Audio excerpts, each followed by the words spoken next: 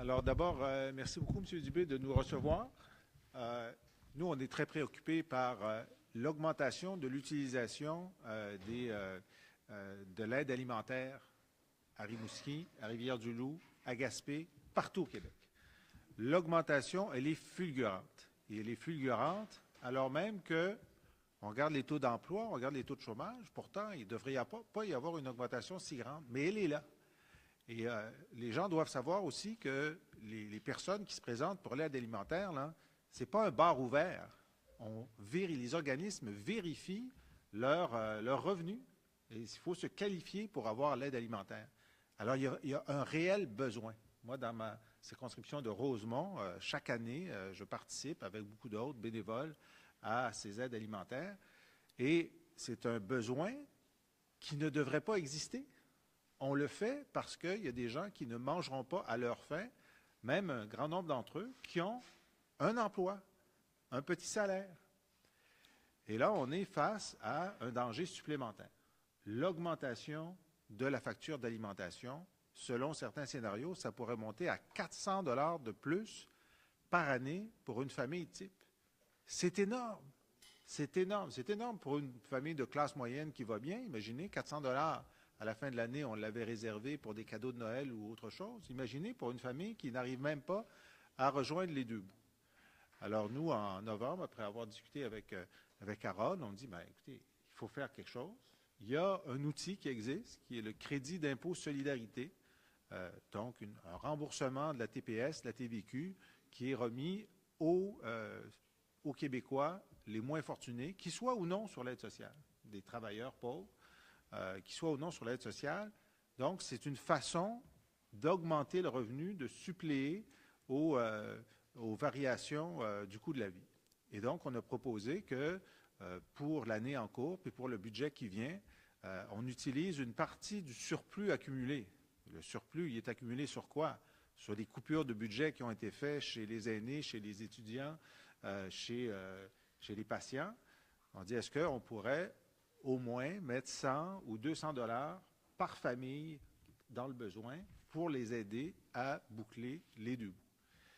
Et ici, à Rimouski, ce groupe d'organisations communautaires, on dit, oui, il faut s'organiser, faire la pression, avoir une pétition pour montrer que ça répond à un réel besoin des gens partout au Québec. Et je les remercie d'avoir été aussi efficaces, aussi présents et d'avoir finalement fait la jonction entre la parole politique que nous portons au Parti québécois pour les plus démunis et l'action communautaire sur le terrain que vous faites pour venir en aide aux gens quotidiennement. Alors aujourd'hui, on est venu saluer cette action combinée et dire, et vous l'annoncez, que dans les jours qui viennent, au Parti québécois, on va faire nos demandes budgétaires pour le budget québécois qui s'en vient et ça va faire partie de nos demandes budgétaires. Donc, on rêve pendant un instant. Si on était déjà au gouvernement, compte tenu des marges de manœuvre disponibles cette année, qu'est-ce qu'on ferait? Mais entre autres, c'est ça qu'on ferait. On viendrait en aide aux familles québécoises qui en ont besoin et qui vont avoir une hausse significative de leur facture alimentaire cette année. Est-ce que les libéraux vont être au rendez-vous de ça? Je ne suis pas certain, parce que lorsqu'on en a parlé au premier ministre et au ministre des Finances, ils étaient complètement fermés à cette idée-là. Le ministre des Finances, M. Létao, a même nié que ça pouvait arriver. Il ne croit pas. Je pense que lui, quand il va faire le marché, il ne compte pas les cents. Il compte peut-être les dizaines de dollars, mais il ne compte pas les cents. Mais il y a des tas de gens au Québec qui comptent les cents. Ils comptent les cents. Et pour eux, là, il faut poser un geste. Voilà. Merci, M. Lisée, de votre présence. Merci à Harold Lebel, député de Rimouski. Quand on a su que M. Lisée venait à Rimouski cette fin de semaine pour le colloque sur les régions, on a demandé au député Harold Lebel d'avoir une rencontre avec M. Lisée, qui a accepté. Donc, on vous remercie beaucoup de votre présence. Ça donne un sentiment d'intérêt. On se sent important comme groupe communautaire, on se sent écouté. Depuis des années, le gouvernement, entre autres avec le projet de loi 70, on s'est exprimé, les groupes communautaires, et ça a été toujours la sourde oreille. Là, présentement, on s'exprime pour une augmentation du crédit de solidarité et vous êtes favorable, vous nous écoutez. Merci beaucoup. Le RCA, le regroupement contre l'appauvrissement, c'est un regroupement d'organismes qui est présent ici à Rimouski. Il y a aussi des groupes religieux qui sont représentés et des citoyens qui ont à cœur la lutte à la pauvreté. La lutte à la pauvreté, c'est une valeur ici à Rimouski. C'est très en vogue. Les politiciens auraient tout intérêt à mettre la pauvreté de l'avant dans la prochaine campagne électorale.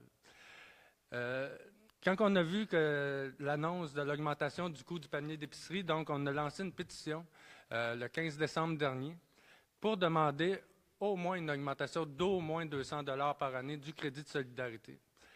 Présentement, une personne qui reçoit le crédit de solidarité, comme moi, au maximum, ça lui donne 80,50 $ par mois. Avec l'augmentation de 200 $ par année, on parle d'une augmentation de 20 $ par mois, par ménage. Moi, je ne crois pas qu'on demande la lune, là. Je pense qu'on demande un minimum au ministre. C'est le ministre Blais qui pilote le crédit de solidarité. Le ministre Blais, il faut savoir qu'il s'en vient dans les prochaines semaines avec le 3e plan de lutte à la pauvreté au gouvernement du Québec. Le 2 mars dernier, il a fait une sortie médiatique pour parler du plan de lutte à la pauvreté. C'est une sortie dans le journal Le Soleil. Et il mentionne que les analystes prétendent que pour lutter contre la pauvreté, le crédit de solidarité serait un outil intéressant, comme la prime au travail et d'autres. Donc, on croit qu'il pourrait être favorable à l'augmentation du crédit de solidarité. Et c'est pourquoi, aujourd'hui, on lui demande officiellement de nous entendre à la Commission de l'économie et du travail. On veut pouvoir donner une voix aux ménages les plus pauvres, mais pas seulement les plus pauvres. On parle aussi d'une certaine partie de la classe moyenne qui a droit au crédit de solidarité. Le crédit de solidarité, c'est 2,9 millions de ménages au Québec qui le reçoivent, et c'est plus de 80 000 ménages au Bas-Saint-Laurent. 80 000 ménages au Bas-Saint-Laurent, ça commence à faire beaucoup de monde. Par rapport au plan de lutte à la pauvreté qui s'en vient, nous, on peut déjà affirmer qu'on ne sera pas satisfait de ce plan de lutte-là, parce que dès la première journée, le gouvernement a tenu des consultations. Nous, on a demandé d'être entendus, d'être écoutés. Et le gouvernement a fermé la porte à consulter les groupes, à consulter les gens en situation de pauvreté. Ce qu'il a fait, c'est qu'il a ciblé des groupes, des organisations nationales. Alors que nous, à Rimouski, dans le cadre du 2e plan de lutte à la pauvreté, on avait reçu des sous, on avait mis en place une concertation qui s'appelait l'Alliance pour une solidarité et une inclusion sociale. Il y a un chercheur qui s'appelle Lessman qui a dit, dans une étude sur ces plans de lutte-là, que la région de Rimouski était un modèle à suivre par rapport au fait qu'on avait fait avec les personnes en situation de pauvreté. C'est un modèle qui avait été salué. Puis finalement, avec ce processus de consultation-là bâclé, j'ai fini par réussir à me faufiler avec une organisation nationale et je suis le seul citoyen qui a eu l'occasion d'aller rencontrer le ministère pour parler de l'expérience qu'on avait vécue à Rimouski. J'ai eu droit à un petit 10 minutes. C'est assez particulier, cette consultation-là se passait dans la Tour de la Bourse à Montréal. Les bureaux du ministère de l'Emploi et de la Solidarité sociale sont dans la Tour de la Bourse au centre-ville de Montréal. Pour un militant comme moi, ça donne une image assez particulière de l'État québécois. On profite également de la présence de M. Lisée pour une chose. Ici à Rimouski, le groupe que je représente, Action populaire Rimouski-Neigette, je pense au Transit également. Il y a plusieurs organisations qui se sont mobilisées pour dénoncer le projet de loi 70 du gouvernement, la réforme de l'aide sociale. Le gouvernement du Québec a adopté cette loi-là, qui est devenue la loi 25, et là, dans les prochaines semaines, il y aura le dépôt du règlement autour du programme Objectif Emploi. Et le ministre est prêt à couper le chèque d'aide sociale d'une personne qui n'est pas en mesure de participer à un programme d'employabilité, à un cheminement vers l'employabilité. Le ministre est prêt à couper le chèque de 630 $, le faire passer à 400 $. Ça n'a aucun bon sens. Je vous ai remis des documents, M. Lisée, plein de campagnes qu'on mène au regroupement contre l'appauvrissement, entre autres ici le budget de la honte. Comment faire un budget avec 400 $? C'est déjà impossible avec 630 $ de faire un budget qui va permettre à la personne de demeurer en santé, de vivre en sécurité. Et là, on nous promet une coupure pour aller jusqu'à 400 $, 399 $ par mois. Ça n'a aucun bon sens. Ce programme-là va entraîner des répercussions sur les organismes communautaires. Ici à Rimouski, on pense au transit, on pense à Moisson Rimouski-Neigette et à d'autres. Enfin, je vais terminer avec d'autres enjeux qu'on a. À la base, on croit que ça prend une véritable campagne. Pour lutter contre la pauvreté, ça prendrait une grande campagne nationale pour déconstruire les préjugés liés à la pauvreté. On croit que les préjugés sont très présents dans la société et même que la première place où c'est que les préjugés envers les personnes pauvres est présente, c'est au Conseil des ministres. Et passé, on peut dire. Le projet de loi 70 s'est appuyé sur aucun fait scientifique, s'est appuyé seulement sur des préjugés, le préjugé que les personnes en situation de pauvreté ne veulent pas travailler. Vous avez un beau petit guide que je vous présente pour en finir avec les idées fausses sur la pauvreté. Tous les documents que je vous ai remis, M. Lisée, je vous conseillerais fortement d'étudier ces documents-là, de les analyser et d'élaborer des politiques lorsque vous serez un gouvernement pour lutter contre la pauvreté. Nous, on pense aussi que ça prend un revenu qui atteint la mesure du panier de consommation pour tous. Vous avez, tout à l'heure, ce qui était drôle dans votre intervention, M. Lisée, c'est que vous avez parlé de travailleurs pauvres. Comment qu'une société aussi riche que le Québec peut se permettre d'avoir des travailleurs qui travaillent 35 heures semaine et qui ne réussissent pas à sortir de la pauvreté, demeurent en situation de pauvreté? Moi, je milite pour les personnes assistées sociales. On veut que les personnes assistées sociales retournent en emploi, mais bien souvent, ils retournent en emploi, mais ils sont obligés d'aller à la banque alimentaire encore quand même. Donc, c'est un problème. Donc, nous, on travaille pour que l'augmentation du salaire minimum soit à 15 $ de l'heure. 35 heures semaine, 15 $ de l'heure, ça nous porte à peu près à la mesure du panier de consommation. On veut que les services publics soient universels et de qualité, soient accessibles.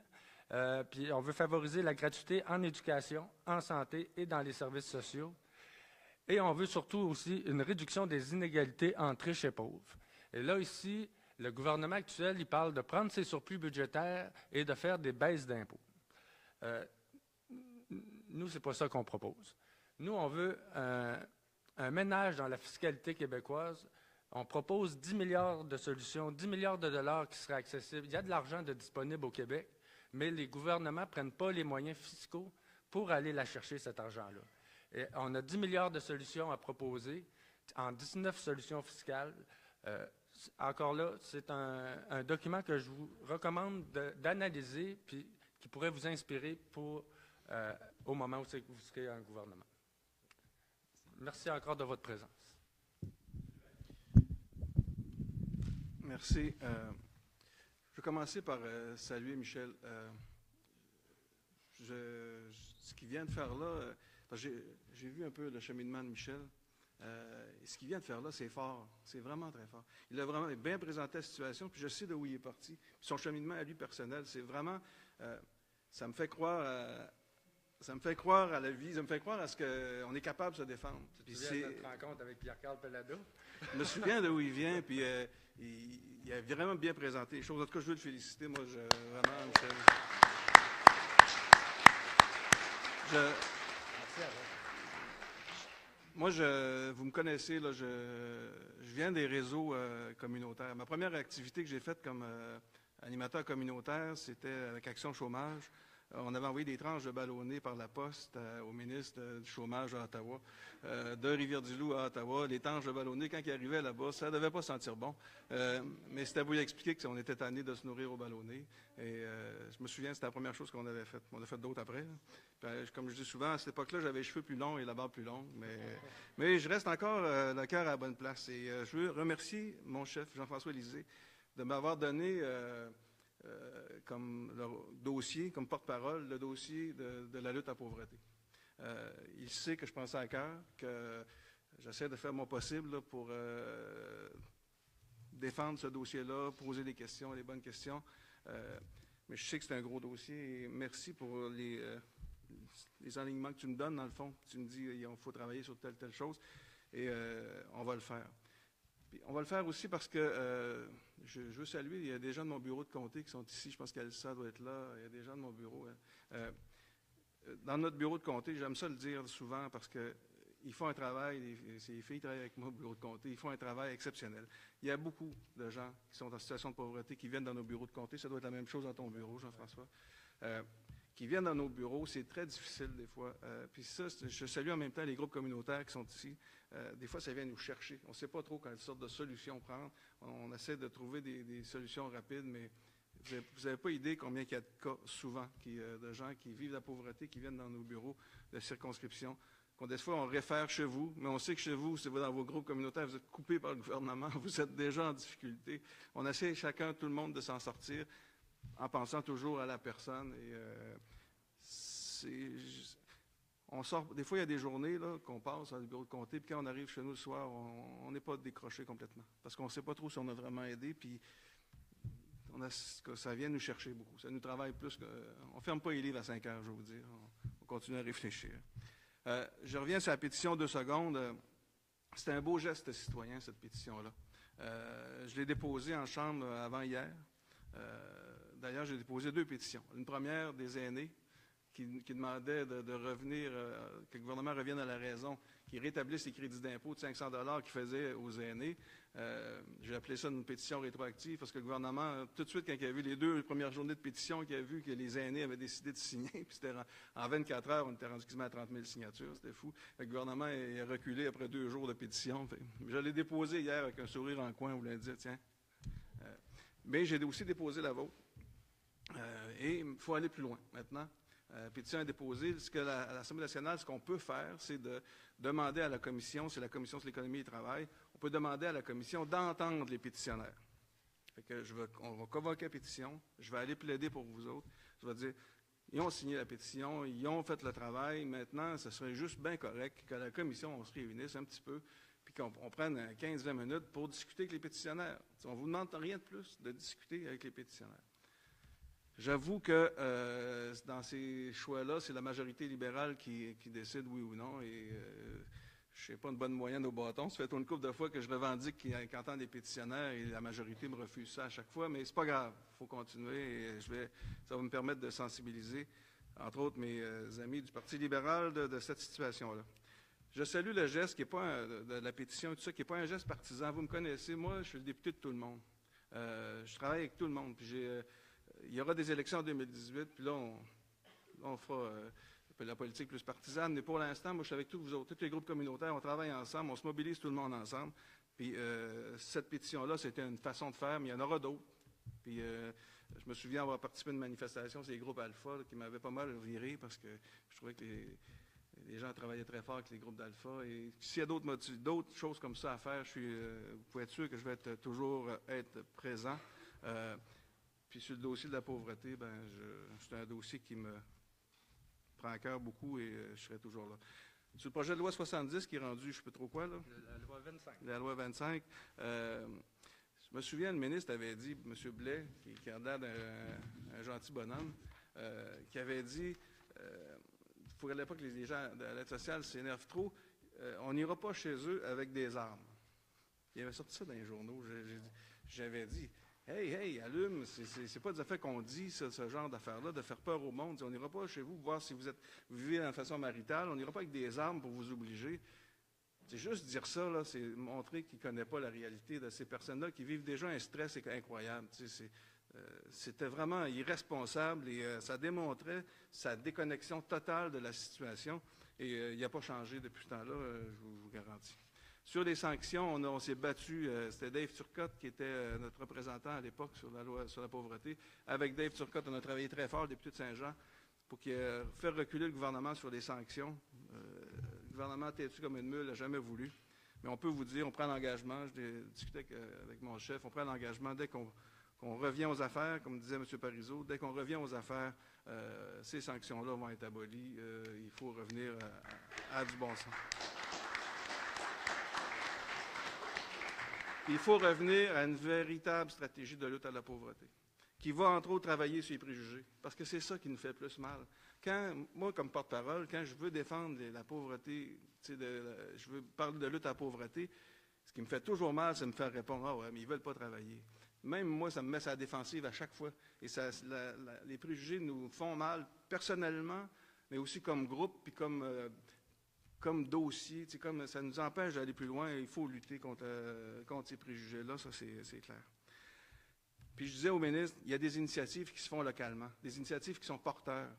Des initiatives qui, le ministre dit, on va obliger les gens à venir rencontrer le fonctionnaire dans le cubicule du clé pour lui expliquer comment faire dans sa vie pour se trouver des emplois. Je dis, il y a des groupes communautaires là, qui font des rencontres, des foires de l'emploi, puis qui fonctionnent. Les gens ne sont pas obligés d'aller là à cause de sanctions, et ils vont parce qu'il y a une démarche, puis il y a une mobilisée, il y a une solidarité, il y a une démarche, puis ça fonctionne, ces affaires-là. On devrait soutenir ces initiatives-là, on devrait soutenir les groupes communautaires qui amènent ces initiatives-là. Mais non, on prend la décision facile de dire, on les convoque dans le cubicule pour se faire dire qu'ils sont malades, pas malades, sont ci, sont ça. Et moi, je trouve que c'est très abrutissant, cette affaire-là, et il faut changer aussi ces façons de faire-là et se coller aux réalités régionales. Tu le disais, dans le bas du fleuve, avec les CRE à l'époque, qui aidaient au financement, puis ils ont aboli les CRE, ils ont aboli le financement, qui aidaient au financement à faire des projets comme l'Alliance. Thérèse, tu le sais, il y en avait plein qui travaillaient là-dessus. On tombe dans une trappe et c'est bien dangereux parce qu'on avait avancé beaucoup. Et là, on se retrouve à plus savoir. Il y avait des projets qu'on avait avancés, entre autres sur le transport, plein de choses, mais là, on tombe dans la trappe, ça n'a pas de maudit sens. Bref, moi, comme parlementaire, ça fait 2 ans là, que je suis là, j'apprends mon métier, je m'en viens pas si mal. Il y a, entre autres, on va avoir étudié les crédits bientôt. Moi, je vais voir le ministre en avant de moi. Je vais avoir plein de questions à lui poser sur les crédits. Comment il fait ses dépenses? Si vous avez des questions, dites-moi-les. Par Elsa, appelez-moi, n'importe quoi. Je vais en poser des questions au ministre sur entre autres, ce qui se fait avec le Saquet, ce qui fait avec des groupes comme le Transit, ce qui fait avec j'ai plein de questions que je peux aller voir. Moi, je peux fouiller dans ses livres. Je peux demander à ses fonctionnaires, donnez-moi, c'est le temps, là. C'est bientôt que je vais faire ça. Aidez-moi. Et on avait déjà fait ça ensemble il y a 1 an et demi. On avait défini ensemble des questions qu'on pourrait poser au ministre. Vous vous rappelez, on avait fait comme un jeu ensemble. Ça avait été, et on avait défini des questions. Et j'avais pris ces questions-là, je les avais mis au feuilleton. On appelle ça des questions au feuilleton. Et le ministre avait été obligé de répondre par le feuilleton. Et ça avait été pas mal intéressant. On avait réussi à trouver des réponses. Dans le fond, on jouait en disant quelles sortes de questions qu'on pose au ministre, mais des questions ont fini par aboutir au vrai ministre, puis on a eu des réponses. Je ne dirais pas des vraies réponses, mais on a eu des réponses. On peut le faire encore. Je peux faire ça. Si vous avez une série de questions, dis-moi, le ministre, je veux savoir ce qui s'en va avec son plan de lutte, ce qui s'en va avec son revenu minimum de base, s'il nous fait croire, ou ce qui s'en va avec toutes ces patentes. C'est des belles questions qu'on peut poser au feuilleton. Ça prend quelques semaines, on a des réponses. On pourrait travailler là-dessus. Je suis avec vous, on va faire ça ensemble. Merci encore de l'invitation.